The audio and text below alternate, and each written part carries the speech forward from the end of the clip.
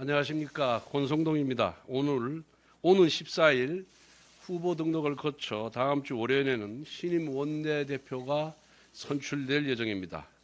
언론인 여러분들과 당원 동지 그리고 국민 여러분께 개헌부터 대선 과정까지 저희 소회를 말씀드릴 필요가 있다는 생각에 마지막 기자간담회 자리를 마련했습니다.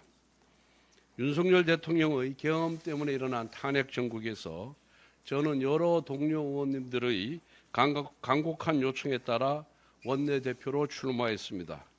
이를 두고 일부 의원들과 언론은 왜 친윤이 원내대표를 하느냐라며 비난하기도 했습니다. 저는 윤석열 정권 탄생에 적지 않은 역할을 했습니다. 이후 저에게는 친윤, 윤핵관이라는 수식어가 늘 붙어 다녔습니다. 그러나 저는 대통령에게 아부를 한 적도 없고 특혜를 받은 적도 없습니다. 대통령직 인수위원회에 들어가지도 않았고 윤석열 정부 내각에도 참여하지 않았습니다. 오히려 저는 대선 시기부터 윤석열 정권 출범 이후까지 윤 대통령에게 여러 차례 쓴소리를 한 바가 있습니다. 이로 인해서 당대표 선거 출마를 중도에 포기한 바도 있습니다. 더욱이 저는 2022년에 이미 원내대표를 역임했습니다.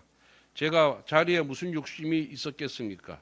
저는 원내대표 출마 선언 당시 밝힌 것처럼 당의 분열을 막기 위해 독이 든 성배를 마셨습니다. 윤 대통령의 계엄은 위법적인 계엄입니다. 정치적으로도 대단히 잘못된 선택입니다. 지금도 왜 계엄을 했는지 이해할 수가 없습니다. 그러나 윤석열 대통령은 떠나더라도 당은 살아남아야 한다고 생각했습니다.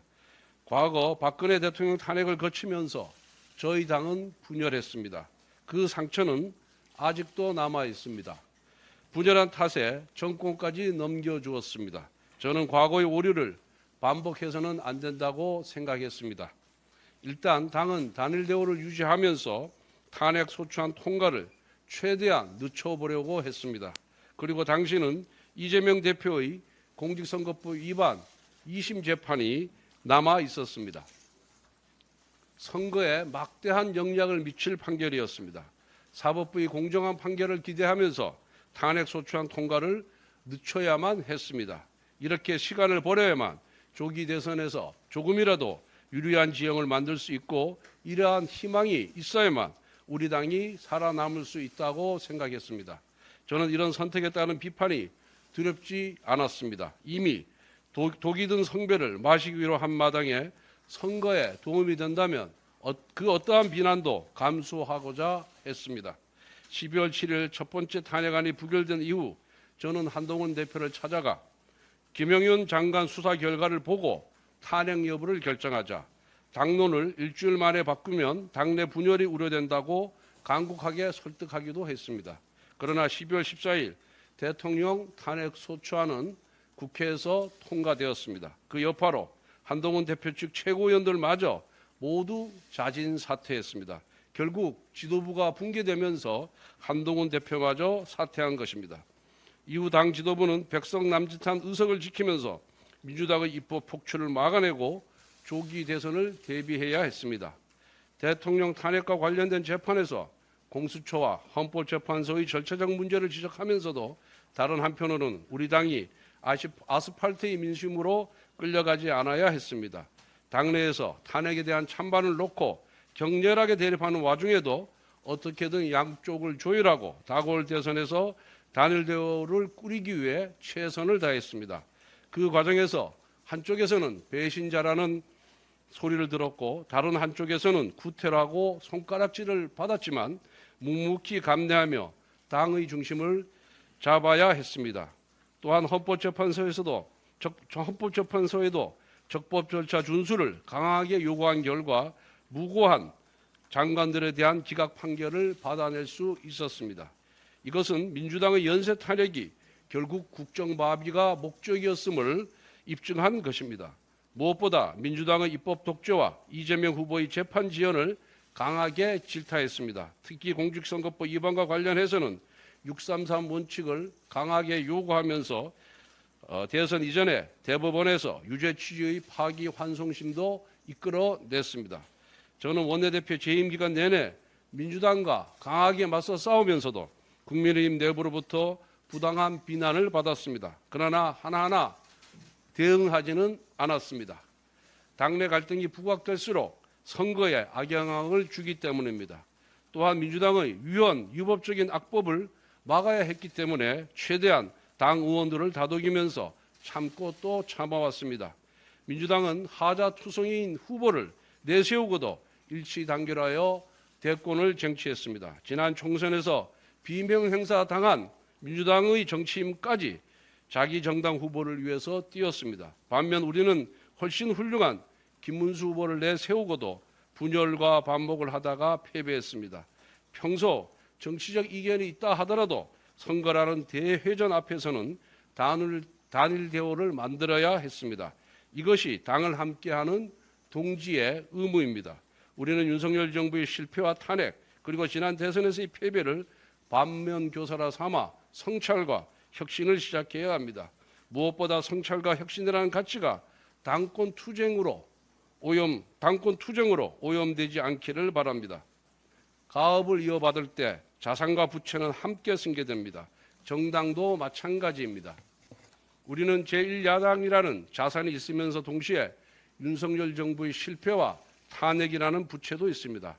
하지만 자산과 부채 중 어느 하나만 취사 선택할 수 없습니다. 당의 일부가 자산만 취하면서 다른 일부에게 부채만 떠넘기려는 행태는 가능하지도 않고 옳지도 않습니다. 이것은 기회주의면서 동시에 분파주의입니다. 우리는 이와 같은 행태를 극복해야 합니다. 이제 누구 탓을 하며 분열하지 맙시다. 같은 당의 동지를 절멸의 대상으로 보지는 맙시다. 과거 우리는 친이 친박의 갈등으로 많은 상처를 입었습니다. 최근까지도 친한의 갈등으로 참 힘들었습니다. 이번 대선 때 김문수 후보의 요청으로 계파 불용을 당헌에 신규로 넣은 것은 지난날의 과오를 되풀이하지 말자는 각오였습니다. 이제 차기 지도부가 우리 당의 아픔을 잘 치유해 주기를 바랍니다. 국민의힘이 분열의 늪을 벗어나 소속 의원 개개인이 모두 당을 위하는 정예로 거듭나기를 바랍니다. 감사합니다.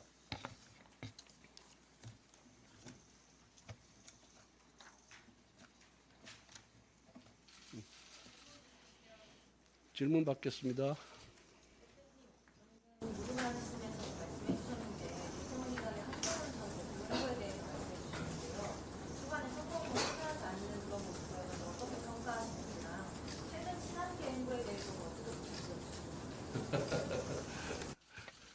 이거 뭐 이제 원내대표를 퇴임하면서 특정인이나 특정 계파에 대해서 이거 평가를 한다는 것이 적절한지는 잘 모르겠습니다만 아마 조금 전에 우리 기자님께서 질문하신 그런 상황에 대해서는 우리 당의 당원과 국민들이 이미 판단을 하고 계실 것이다 이렇게 생각을 하고 있습니다. 다만 제가 한동훈 대표에 대해서 좀 굳이 뭐 평가를 하라고 하시니까 평가를 한다면은 우리 한동훈 전 대표와 윤석열 전 대통령은 20수년간 동고동락을 함께 해온 아주 불가문의 관계다 이렇게 말씀을 드릴 수가 있을 것 같습니다. 오늘날의 정치인 한동훈은 윤석열 전 대통령과 뗄래야 뗄 수 없는 관계이고 윤석열 전 대통령이 없었다면 존재하지도 않았을 것이다 이렇게 생각을 하고 있습니다. 왜냐하면 윤석열 전 대통령께서 기술을 파괴하면서까지 법무부 장관으로 임명을 했고 또 비대위원장까지 임명했기 때문에 오늘날의 정치인 한동훈이 존재한다 이렇게 생각을 하고 있습니다. 두 분께서 20수년간 함께 공사 생활을 하다 보니까 제가 보기에는 두 분의 캐릭터나 업무 스타일이 좀 비슷한 점이 많이 있다 이렇게 평가를 하고 있습니다. 우리 한동훈 대표께서 조금 더 소통과 공감하는 능력을 키우고 또 이 당의 조직원들과의 그런 어떤 의사 조율을 통해서 타협하는 그런 자세를 배운다면은 더 좋지 않을까 그런 생각을 갖고 있습니다. 다음 질문 하겠습니다.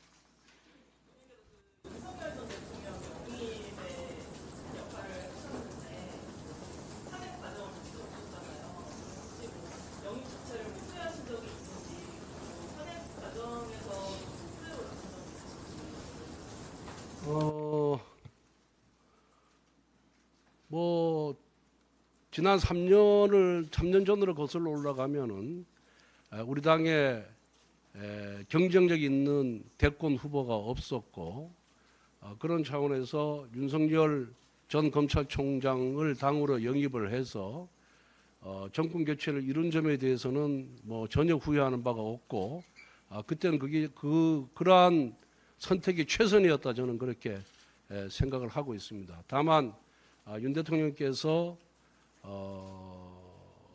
당과 일체의 상의 없이 비상계엄을 선포한 점에 있어서는 그건 정말 잘못된 것이고 그것이 최대의 이번 대선의 패착이었다 이렇게 평가를 합니다.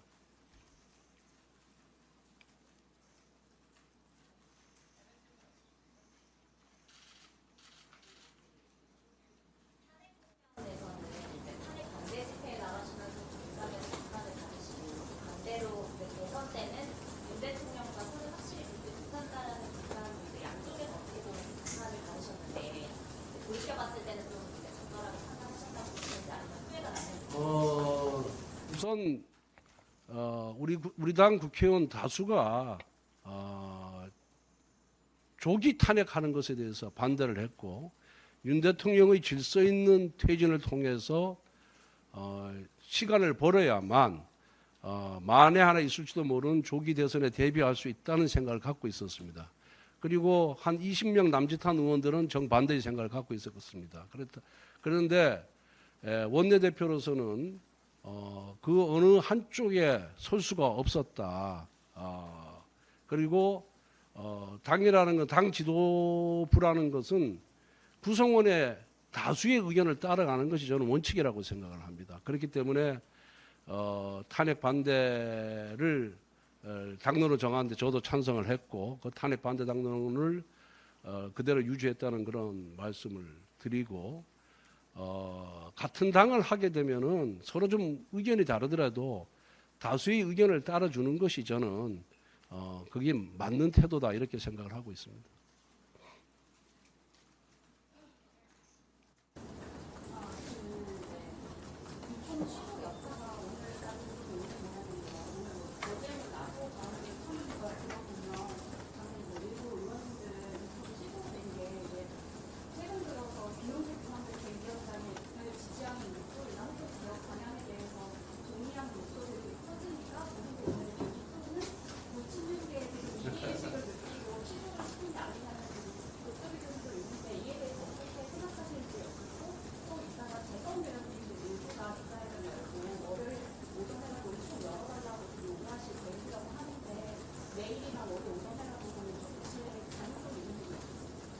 글쎄 제가 오늘 그 원내대표 퇴임 기자회견을 하잖아요. 고별 기자회견을 하는데 이 기자회견 이후부터는 원내대표 사실상 원내대표로서 역할을 안 한다는 그런 의사표시죠. 그리고 하루 이틀 의총이 늦춰졌다고 하더라도 내일 뭐 의총을 여는 금요일이고 내일 의총을 여는 거나 월요일 날 원내대표 선출 이후에 의총을 여는 것에 무슨 큰 차이가 있겠습니까? 그런 것이고 그 의총 취소와 관련해서는 우리 뭐 수석이 여기 계시지만은 제가 그만두는 마당에 의총을 여는 것이 적절치 않다고 해서 사실은 그 전날 밤에 우리 원내 수석께 의총을 취소하는 게 좋겠다는 그런 의사 표시를 했는데 우리 수석께서 조금 뭐 이것저것 좀 의견을 듣는 것이 필요해서 그런지 하여튼 점심시간이 넘어서 취소하는 바람에 그런 오해를 샀지 않나. 저는 일찍이 이미 취소하는 게 좋겠다는 의사표시를 했다는 말씀을 드리고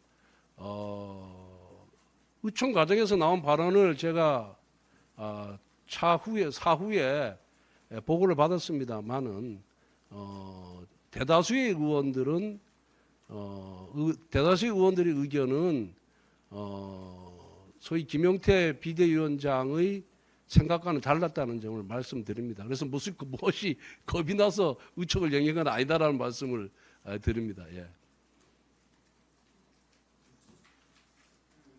원조 친윤으로서 아까 말씀 좀 많이 해주셨는데요.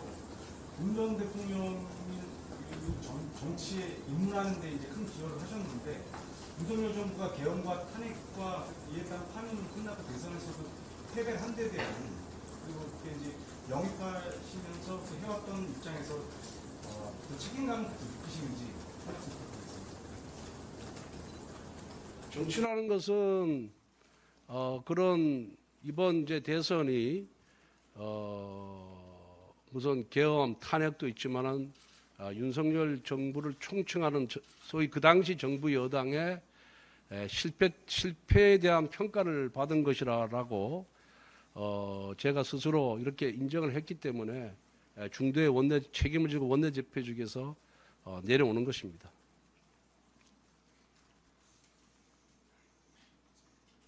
네.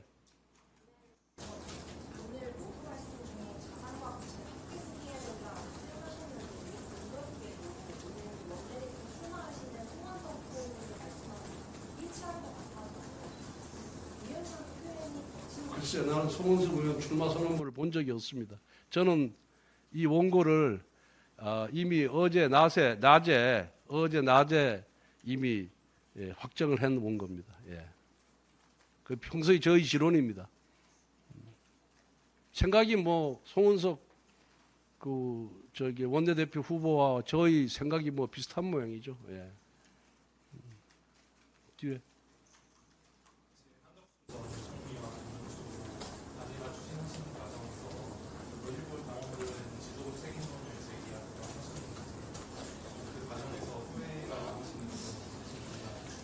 지금 이제 결과적으로 그 단일화 과정에서 김문수 후보가 최종 확정되고 한덕수 후보가 당원들의 그런 동의를 받지 못하기 때문에 마치 거기에 무슨 문제가 있는 것처럼 비판을 하는 것으로 이렇게 알고 있습니다. 그런데 여러분들 우리 기자분들이 제일 잘 아실 거예요. 그 당시에 대선의 최대 과제라 할까 최대 쟁점은 단일화였습니다. 여러분들 잘 기억하실 겁니다.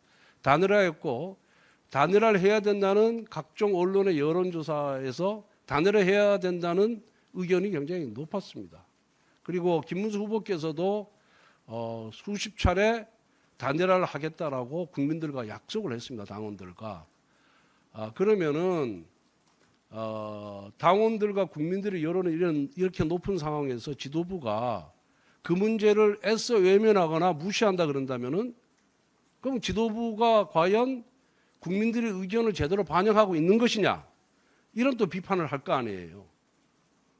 그래서 당 지도부는 대선 승리의 가능성을 단 1%라도 높이는 것이 좋겠다.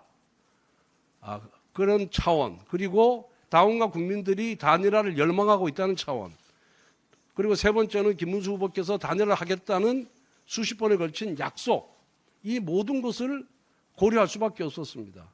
그래서 비대위에서 논의한 결과 그러면은 당원들의 의견을 한번 물어보자. 당원들이 정말 실제로 그렇게 생각하고 있는 건지 물어보자.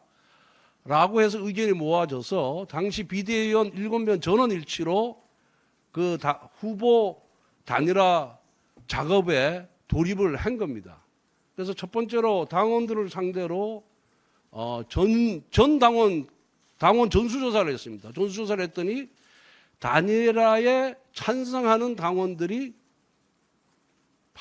약 83%가 나왔고 그 83%의 인원을 83% 찬성하는 분들을 상대로 언제 단일화를 하면 좋겠냐 하니까 5월 10일 후보 등록 이전에 단일화를 해야 된다라는 의견이 87%였습니다. 그러면은 여러분들 한번 생각해 보십시오.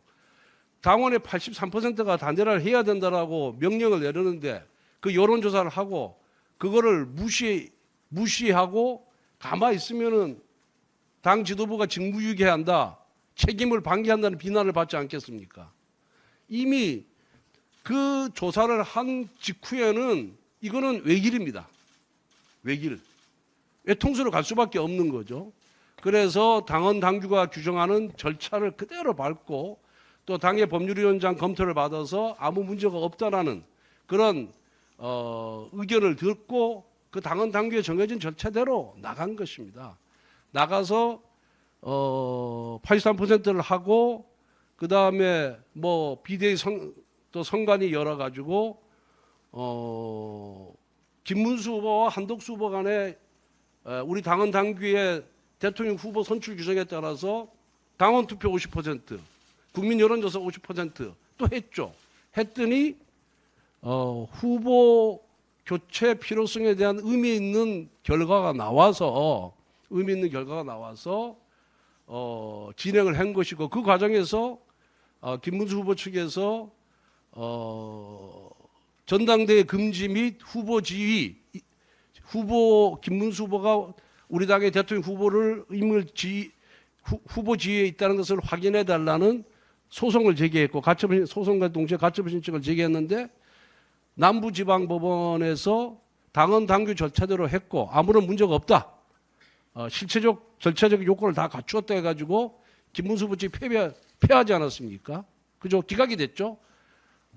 그런데 마지막 우리 당의 당헌 당규에 따라서 우리 후보를 확정하는 절차에 있어서 당원들이 후보 교체에 대해서 반대를 하는 바람에 김문수 후보로 확정이 된 겁니다. 아주 민주주의적인 절차에 따라서 다 절차를 밟았고, 그리고 남부지방법원에서 문제가 있었으면 이미 당에다가 김문수 후보 당의 손을 들어줄 리가 없지 않습니까? 그래서 그런 절차라든가 그 당시의 필요성, 그리고 그 당시의 국민과 당원의 여론, 이 모든 것을 감안해서 진행되었다는 점을 분명하게 말씀드리고, 그 과정에 어떠한 법적인 하자도 또 정무적인 판단의 하자도 없었다. 다만 왜 새벽에 했냐 이렇게 얘기하는데, 그거는 그 이전에 또 의원총회에서 64명의 의원 중에서 60명이 후보 교체에 찬성을 한 거예요. 64명 중에 60명이 의원총회에서. 그러면은 당원들도 단일화하라고 83%가 찬성을 했고, 의원들도 64명이 참석해서 64명 중에 60명이 찬성을 했는데, 어떻게 당 지도부가 그 의원총회의 의결사항이라든가 당원 투표 결과를 우리가 어떻게 무시할 수 있겠습니까? 무시하면 오히려 더 큰 문제가 발생하는 거죠. 예. 그래서 그러한 당원들, 의원들, 국민 여론, 이 모든 것을 반영해서 진행된 절차고, 그 절차에 대해서는 남부지방법원 판결로 아무런 하자가 없다는 것이 입증됐다는 말씀을 드립니다. 다만 새벽에 한 거는 5월 10일까지 등록을 해야 되는데, 의원총회에서 의결하면서 그래도 마지막까지 양 후보 간에 합의를 할 수 있도록 당 지도부가 노력을 해라 라고 해가지고 또 그 시간을 몇 시간 주는 바람에 5월 10일 등록하기 위해서는 하루의 여론조사 기간이 필요하거든요. 그걸 역산하니까 새벽에 비대위회의를 열 수밖에 없었다, 이렇게 말씀을 드립니다. 그런데 지도부는 그렇다고 이거를 해명을 할 수가 없잖아요. 공정하게 관리를 해야 되는 입장이니까 왜 새벽에 비대위를 열 수밖에 없었느냐라는 이유에 대해서 적극적으로 우리가 해명을 하거나 당원들 상대로 설명을 언론을 통해서 해야 되는데, 하지 못했던 거는 우리는 중립을 지켜야 되는 것이기 때문에 하지 못했다는 그런 말씀을 드립니다. 당시 당 지도부에서 한덕수 전 총리가 이제 경선에 출마하겠다라는 거를 권유를 다시 전까 그런 노력이 부족했다는 지적도 나왔었는데요. 이건 어떻게 보십니까? 뭐 그 점에 대해서도 여러 경로를 통해서 경선에 참여하라는 권유를 했습니다. 예, 이미 했다는 말씀을 드리고, 그런데 경선에 참여하지 않아서 저도 여기서 기자 브리핑에서 얘기했듯이 이제는 등록한 후보들을 상대로 간다라고 했는데, 그 우리 당 후보가 확정될 때까지 계속해서 단일화 여론이 죽지 않은 거예요. 오히려 단일화 여론이 더 커져간 겁니다. 그리고 많은 의원들이나 당원들이 단일화를 해야 승리 가능성이 조금이라도 높아진다라고 계속해서 요구를 했기 때문에 결국은 그런 단일화 절차에 돌입할 수밖에 없었다는, 부득이하게 돌입할 수밖에 없었다는 말씀을 드립니다. 됐어. 아니요, 그렇지 않아요. 그 다 당헌 당규에 맞춰서 했다는 말씀을 드립니다. 예. 의총 취소 배경으로 당내군을 모습 얘기해 주셨는데 퇴임 이후에도 통합을 위한 역할에 생각이 있는지 하나는요. 대표님께서 사퇴 의사를 밝혔을 당시에 보수대건을 언급해 주셨는데 이를 위해서 탄핵의 가능을 넘어야 한다고 보는지 아니면 대표님께서 생각하시는 방안이 무엇인지 좀 궁금합니다. 이제 물러가는 마당에 후임 원내대표가 선출되고 또 전당대회를 통해서 당대표가 들어오지 않습니까? 새로운 지도 체제가 들어오는데 물러가는 마당에 뭐 이런저런 주문을 하거나 이런저런 요청을 하는 것 자체가 적절하지 않다, 저는 그렇게 생각을 합니다. 세술은 세 부대에 담근다고 새로운 당대표와 원내대표가 자신들의 그 상을 의원들과 공유를 하고 거기서 최적의 조합 또 선택을 해서 당을 이끌어가면 된다, 이렇게 생각을 하고요. 탄핵 문제는 저희들이 탄핵 선고 이전에 당시 권영세 비대위원장과 원내대표인 저가 헌법재판소의 결정을 100% 수용한다라고 얘기했습니다. 그에 반해서 민주당은 수용하겠다는 얘기는 안 했어요. 어떤 결정이 나도 수용하겠다는 얘기는 안 하고 무조건 탄핵이 인용되어야만 한다라고 주장을 했습니다. 그래서 탄핵은 이미 헌법재판소의 결정으로 이미 종료가 된 문제고 역사적 사실이 된 겁니다. 거기에 대한 계엄에 대한 평가는 이미 받은 겁니다. 그런데 이미 헌재의 결정으로 이미 역사적 사실이 된 문제를 갖고 계속해서 뭐 거기에 대해서 언급을 하거나 그걸 갖고 계속 뭐 찬탄 반탄을 갖고 논쟁을 하는 것 자체가 아무런 의미가 없고 부질없는 짓이다, 이렇게 저는 생각합니다. 이상 마치겠습니다. 네.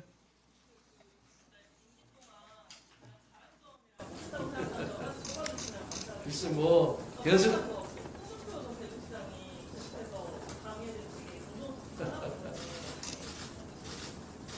뭐 우리 홍준표 선배에 대해서는 이미 은퇴를 하신 분이잖아요, 그죠? 그리고 정기 은퇴를 하신 분이고 저희 당을 탈당하신 분이기 때문에 그분의 발언 하나하나에 대해서 언급하는 것이 저는 적절치 않다, 그렇게 생각을 하고 있습니다. 그리고 뭐 할 말은 많습니다. 뭐 하면은 30분도 부족하지만은 이미 정기 은퇴하신 분한테 뭐라고 얘기를 하겠습니까? 그분의 개인 의견으로 이렇게 치부를 하시면 될 것 같고, 다만 하나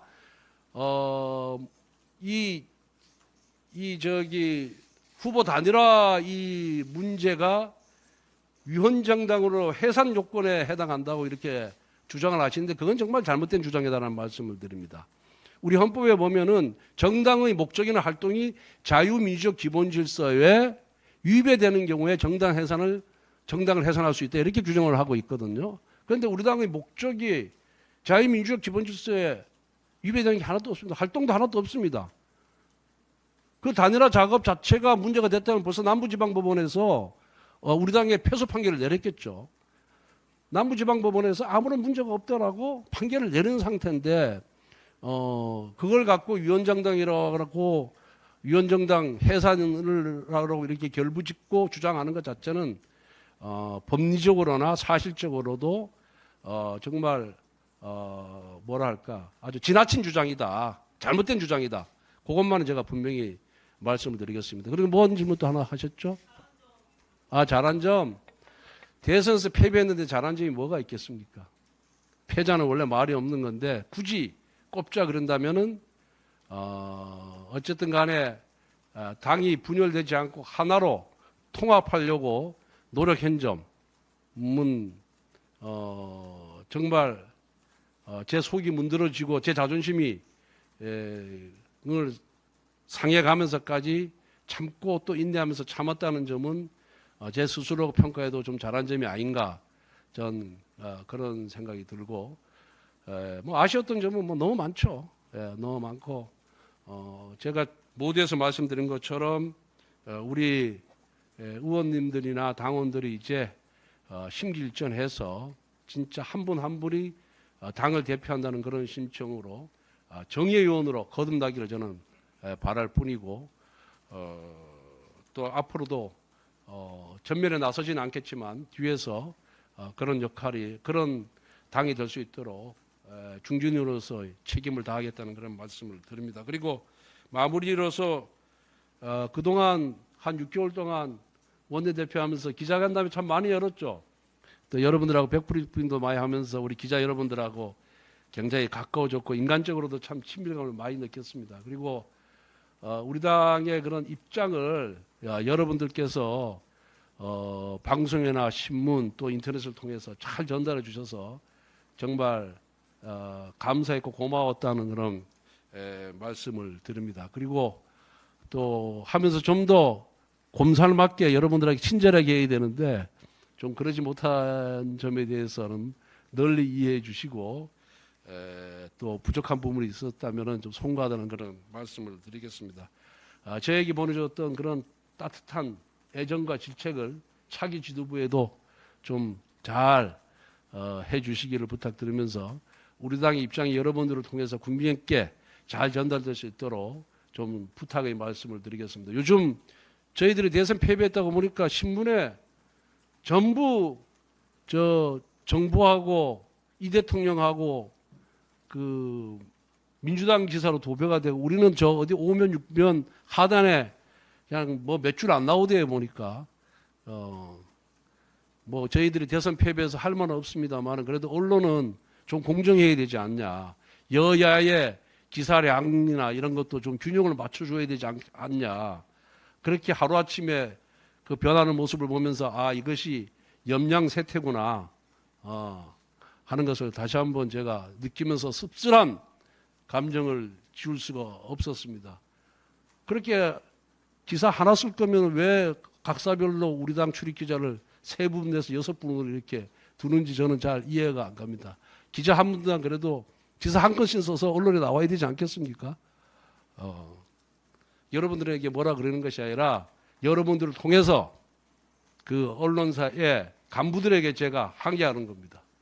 여러분들께서도 뭐 아무리 이제 정권과 허니문 기간이라 하지만은 언론은 또 언론의 사명이 있는 것이고 그리고 그 야당의 목소리도 좀 적극 반영해 주기를 다시 한번 당부의 말씀을 드리겠습니다. 그동안 잘 살펴주시고 돌봐주셔서 감사합니다. 고맙습니다.